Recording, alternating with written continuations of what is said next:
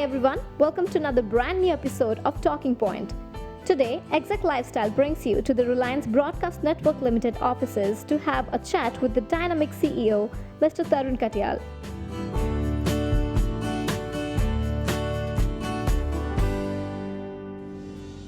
Hello and welcome to our show, sir.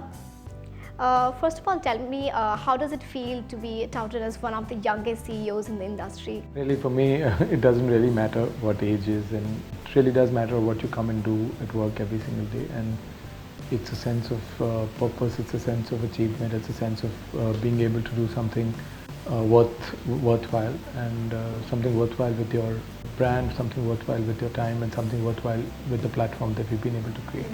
Tell me, do you relate to more of the youngsters or freshers who are coming in the industry, who are working with you, maybe as interns, or do you relate to your seniors who have been before, in your position before? Who do you relate to more? I relate to both sides of the spectrum. I think young people add a certain amount of energy, a certain amount of youth, a certain amount of enthusiasm, a certain amount of cutting-edge, innovative thought. They're not bogged down by, experience, and experience in a good and a bad way. But their ability to think afresh and ability to look ahead is fairly strong. On the other side, I think, I also believe in Malcolm Gladwell's 10,000 hours, and my seniors and people like that have a number of years behind them where they're able to think through situations, think through opportunities, and think through challenges far more, and I get to learn a lot from them too. 10 years back, 10, 15 years back, were you able to visualize that you would be here in this position as a CEO? I don't really visualize too much about the past or the future, and I tend to live in the present. And I guess the future unfolds itself, and your ability to be able to deal with your present leads to a stable mind and a good future. When you were in school or college, what was your dream job at that point of time? I actually don't remember what my dream job then was, because there were many dreams at that age. You have many dreams and many aspirations, but yeah, life has turned out very well.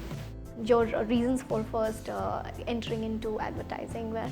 I think the creative field excited me. I have a good balance of right and left brain, and I think advertising gives you that opportunity of looking at the consumer as well as looking at creative options of reaching out and communicating to him. So I think that's why the field, both advertising as well as media, excited me. You used to write as well? Yes. I just read somewhere that if not here, then you would be a writer. You would imagine yourself as a writer. Actually, if I wasn't here, I would be actually a teacher. And that's what I've said many times, that I would want to go and work in a university and do something more giving and more long term and more fulfilling. So yeah, I think eventually maybe I will end up doing that. I teach on the side. I taught in many institutes. I've taught at NICA, I've taught at ISB, and yeah, I also regularly used to teach. So tell me, what have been the highlights of your career? I think there are peaks and lows every single day, and I think you need to take them in your stride. So I don't tend to live in the past and say, that was a peak and that was a low. I tend to live in the present, and there have been some very good learning experiences over the last few years, and each of them make you more richer and make you a better human being, and that's my hope, that it's going to continue like that. Each of my jobs, whether it's Star, whether it's Sony, whether it's big, have been very enriching.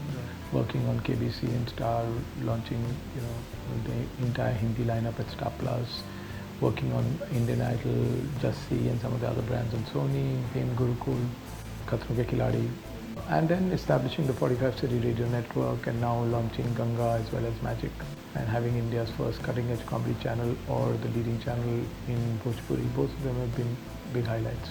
When you compare your work with Star and Sony, and then you think of what you're handling right now, what are the major differences and how challenging has it been? I think each job and each role and each day it teaches you a new thing, and makes you a better professional, and I think you tend to grow as an individual. And every day you learn from new experiences, meet new people, and yeah, I don't compare one to the other. I tend to look forward and want to build from my experiences on a daily basis.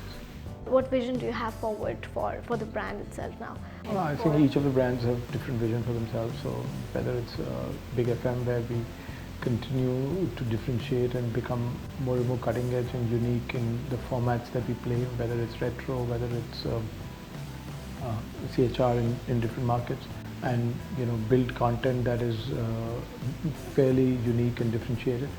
Whether it's Magic, where we want to be the ultimate comedy destination of this country, talking to urban males and kids, and whether it's Ganga, which is a well-established leader in the Bhojpuri space, and where we want to bring more and more local insights into play and create a parochial pride for that region. We have always had this in India that it only caters to entertainment. Do you see that in future that more serious content could be relayed through radio? I think our radio business has the opportunity of working with unique formats, and within the formats, we built a brand which adds to your life on a daily basis, and that's why our whole positioning is around Suno Suna Life per now. And so it's not just about entertainment, but it's about building the consumer's life, or adding to the consumer's life on a daily basis. I think the format has great opportunities to connect with a larger sphere of people, and what we're trying to do is we're trying to connect gold music, retro music to the youth, and that's our attempt over the next few years. Would you like to share something from your college or school day? Were you mischievous? Were you one of those really good students who listened to the teacher? I think I was like most others are.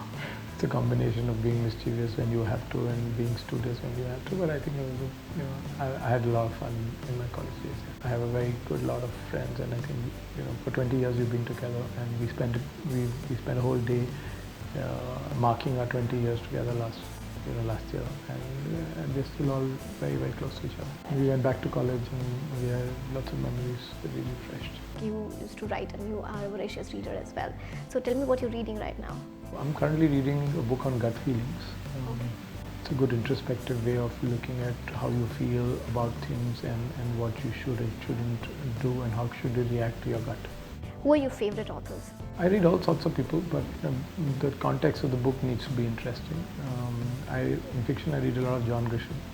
I find him very intriguing, and his books have a lot of twists and turns.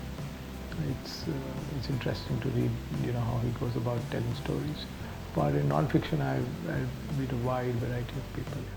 Being in a creative field, when you find that you are in a block, in a lockdown, how do you get out of it? How do you motivate yourself?